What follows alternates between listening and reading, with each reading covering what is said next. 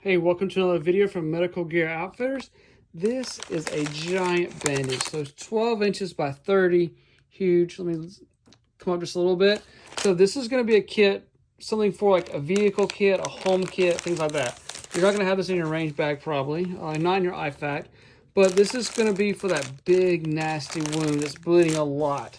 So you've got lots of bandaging here, lots of absorbent pad to put on a bandage to hold pressure and to stop that bleeding. Like I said, this is not going to be for some minor scratch. This is for a giant laceration that doesn't need a tourniquet. Like I wouldn't be using this for something that needs a tourniquet, but I could wrap this on an arm or a leg and then use a pressure bandage like an Israeli, an Elias, a trauma dressing, something like that, and then secure this to the extremity, to the wound, things like that. Maybe even a head if you had a really bad head lag. But this is going to be something you're going to need a pressure bandage, something that's got some weight to it to kind of keep it secure onto the arm, the leg. So this is how it comes packaged. And then I did open it up for you guys. So we appreciate all the support you guys give us over at Medical Gear Outfitter. I'll put a link down below. Thank you guys for watching.